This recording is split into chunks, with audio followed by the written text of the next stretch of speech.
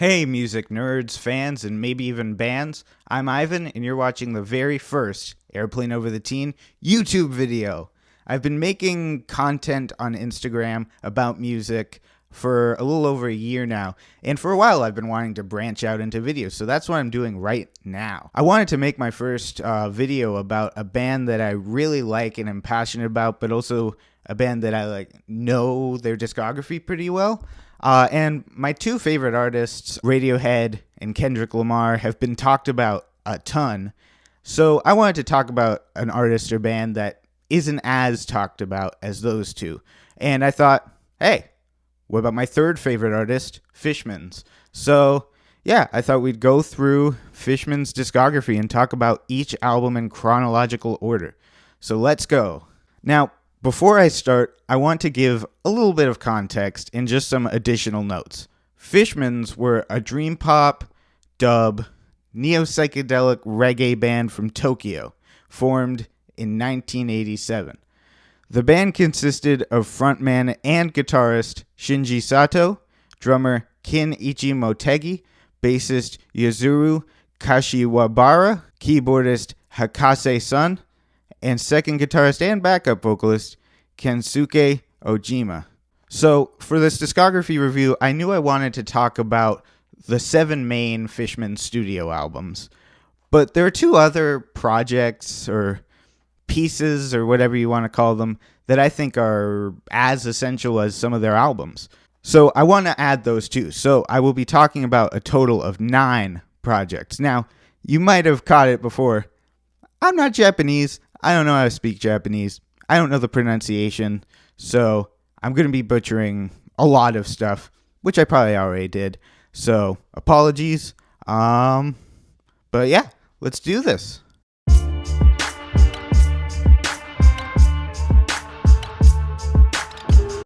Bob Marley, Bobby McFerrin, Shinji Sato. What do these 3 men have in common? Well, for starters, 2 of them are Bobs, but more importantly, they're reggae legends. On Fishman's debut album, Chappy Dont Cry, which was released in 1991, Fishmans were very much a reggae pop band. Now, I find the band's reggae stuff to be sometimes uneven. Usually it's pretty cool. Sometimes I find it pretty, boring. And this album is kind of in the middle of that. I like a lot of these songs, but it's kind of, it's in the middle. I don't dislike it at all. I think it's pretty good for a debut, but it's just kind of not memorable at all. The track Hikouki is a clear example of just one of the best songs of the album, kind of representing some of the best of their reggae sound. I really love that track, but I really only remember it because of a performance on a certain live album that they would do later on, but we'll get to that. I don't really like saying bad things about Chappy Don't Cry because of A, how just joyful and positive it is, just makes you feel great, so saying bad stuff about it just feels wrong, and of course B, how early it was in their career. Despite its flaws, this album is still a very enjoyable listen and should not be forgotten about, despite the fact that I've forgotten most of what it sounds like just now. Chappy Don't Cry wasn't the most exciting album in the band's discography, but you gotta remember, it was the band's debut. So they were still testing the waters with Chappy, but it wouldn't be long until the band would stop testing those waters and just dive headfirst into their second outing, released in 1992, King Master George. This album is fascinating to me. I don't think it's amazing. I don't think it's bad either. It's just really weird to me. It's just an all-over-the-place album. There's so many different ideas. Pretty much every song is a new idea or sound and different from the last. Vastly different from the last, which I don't expect from a Fishmans album ever, really. They have a set sound, but on this album, they just go through tons of different sounds and ideas. A lot of them work, but sometimes they just don't work together. And that's when I think this album isn't as amazing, even if most of the songs are amazing. Nantettano is definitely one of the band's best songs, though, with its beautiful keyboard melodies and groovy drums. I absolutely love that song. I can't understand what he's saying, but I'm always kind of like humming along with the melody when I listen to it. It's just a great song. Tayanori Tenchi is also like a great classic song for them that really is a good example of their dub stuff. But their songs like Diving and Seafood Restaurant and Reindeer, they're just totally out there, different from everything else.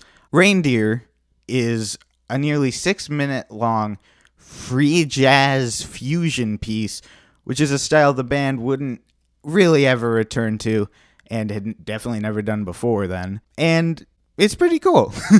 I like it. There are also a few mini songs on here, like Hamburger Steak, Kimi Dake ga Diamond, and the 9-second closer. Something else I just don't understand about this album is the second to last track is the Nantettano instrumental with just a dude talking about the members of the band over top of the instrumental. But I don't speak Japanese, so maybe they're not. But I heard the band member names. And that's kind of a cool, unique way to end the album, right? Like, that's pretty cool. But then there's just this 9-second closer, and it's only like 2 seconds of actual music, and that closes the album, and it just makes the album feel incomplete when it could have ended a little bit better with the second last track. The album both like works and doesn't. I think the perfect way to describe King Master George is it's somewhere between wacky nonsense and greatness, but in its moments of greatness, it really is great, and I enjoy it a lot.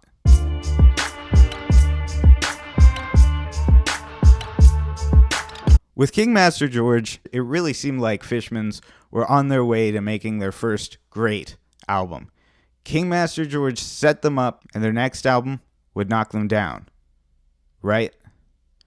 Right? Wrong. Just a disclaimer, I'm about to criticize this album quite a bit more than the others, but I want you to remember I absolutely love this band. I love Fishmans, and I don't hate this album, but I definitely don't love it. The band's third album, Yankees Holiday, released in 1993, would be kind of like a step in the opposite direction of King Master George. To be fair, they did hone in on a sound, as opposed to being a crazy hodgepodge of tons of different ideas that are loosely related and not even related at all. But I'd probably rather listen to that than just be bored for 46 minutes, which is what Yankees Holiday does. There are some good tracks at the beginning of the album, like Running Man, Ekarita Baby, and Smilin' Days Summer Holiday, which is an amazing song that I absolutely love. But the rest of the album, I can't remember anything about. I probably fell asleep every time I heard it, but I haven't listened to it a lot because I can't really get through it because I'm just like, why would I listen to this? I want to have fun. And it's not like horrible, but I haven't spent enough time with it to really tell you if it's even good or not because I just am so bored when I listen to it. Luckily, this would be the last release in Fishman's discography that I have pretty much anything negative to say about. So instead of dwelling on the negatives, let's be like Fishman's music and focus on the positives because that's what their music is all about, in my opinion. What came first, the color or the fruit? Well, that was a question that haunted the members of Fishmans for years. The band would make their fourth album, Orange, released in '94, in a search to find out the answer to this divisive yet important question. Not really, but they did make an absolute blast of an album, which I guess is better than answering life's greatest questions, in a way. Orange is one of Fishman's shortest projects, and it really feels like the band took the very best material that they had at the time and really refined it until it was as shiny and juicy as it could be. The opening track, Intro, is 22 seconds, and despite its shortness, it's pretty cool, and I enjoy it, but Kaboon starts this album in maybe the best way a first song really can, with its catchy hums and infectious grooves that I just love. I love that track. This album is probably the band's most funky And I love that. It's super fun to listen to, especially when you're just walking around doing work. It's great. Just like their other albums, this album just puts you in a good mood. It just feels so positive with its instrumentation and sonics. There's so many awesome tracks and moments on this album, and it really feels like the start of a new era for the band. I don't really have a lot to say about this album because it's very simple in its presentation and execution, but I do know this. It's great. It's so great. In case you didn't catch it, I love Orange, and it would be the start of one of the most impressive runs in all music, in my opinion, of course. So let's go on to the next one. After their first truly great album, Fishmans decided to make an even better follow-up with Kuchu Kamp, released in 1996. This album takes their dub and reggae stuff, but it's really more of a dream pop album than anything. Night Cruising is one of the best examples of this dream pop direction, with its really hypnotic and beautiful guitars and atmosphere. Sunny Blue brings back some of the more funky sounds from Orange, but this time it feels more like a breakbeat sample hip-hop type thing instead of just funky.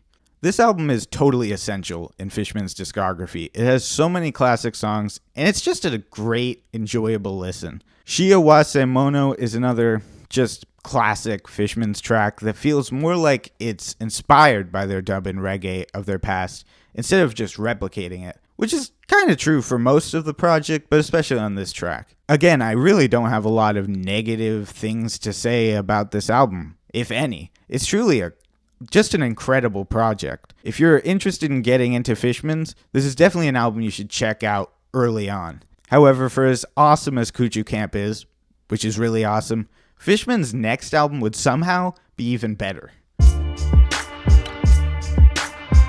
Wait, this isn't an album? It's just a song. Why am I talking about this? Wait, what the hell? 35 minutes? Fishman's sixth album, Long Season, would be released the same year as Kuchu Kamp, and boy, is that season long. Long Season is just one 35-minute long song that's comprised of different sections that are stretched out to their absolute limits, and it's amazing. It's fantastic. I love this. This is probably Fishman's most popular release, with the band really honing in on their dream pop side. The main synth melody on this thing is one of the greatest earworms I've ever heard. It gets stuck in my head all the time. I love it. While this is incredibly long for a song, it's a pretty reasonable length for an album. This project doesn't really get boring or annoying. It stays on its different sections for just long enough so that they don't get old. It's a truly hypnotizing listening experience. If you want to hear someone with a better vocabulary and knowledge talk about this album, check out Deep Cut's video about it. It's absolutely awesome. This album would also be the second in what's known as the Sitagaya trilogy. The first in the series was Kuchu Kamp, and the third would be... We're here! We've made it to the band's seventh and final studio album, Uchu Nippon Sitagaya, which was released in 1997, and oh my gosh, what a way to go out. This album is a great continuation of their dream pop sound, with that dub sound very prominent as well. This album really does feel like the culmination of everything they've done in the past few years, but it still feels new and original. Paka Paka is a perfect way to open the album, with its warm and inviting keyboard melodies that makes me feel like I'm just being hugged. You know, I love it. Walking in the Rhythm has just a great bass line, and it's a great track to just vibe out to and chill. This album has a few long songs, not as long as Long Season, of course, but still longer than on previous efforts. I'd say that this is probably my favorite Fishman studio album. I know that's not a very popular opinion, but it's exactly what I'd want out of one of their albums. This album is so dreamy and atmospheric, and it's hard not to get lost in the world it creates. A song like Weather Report is a really good example of this, with its great drum groove and awesome spacey keys. I feel like this album doesn't get nearly as much recognition as the others in the Sitagaya trilogy, but I think it deserves to be seen as what it is, which is a masterpiece. So there we are. Those are the 7 studio albums by Fishmans. Everyone good? Take a second if you need to, drink some water, do some stretches if you want. All right, now that we're settled, let's talk about 2 releases that came after these 7 albums. Urumeki in the Air is a single released in 1998. You might be saying, why is he talking about one song the band made? Well, that's because this single is 14 minutes long and, of course, amazing. Urumeki in the Air is an energetic, beautiful piece of music that I think is really epic. I used to actually say the song was better than Long Season, but now I see that I was a dumb idiot who doesn't have any taste. Not to say that Urumeki is bad or anything like that. It's just not Long Season. This song has a quite impressive vocal performance from Shinji Sato, with him just wailing above this epic rock-infused dream pop instrumental. I really love this song, and it's definitely one of the best that the band has ever made. Alright, now it's time to talk about one of the greatest albums ever recorded. At the end of 1998, Fishman played their final concert and recorded it. 1 year later, 98-12-28 would be released. Just a side note, this album has a very clunky title, so I'm going to be referring to it only as 98. Where do I even start with this goddamn thing? Well, for one, it's over 2 hours long, and every second is utterly mesmerizing. This album is so brilliant. They play 14 of their greatest songs, and every one of them sounds absolutely perfect.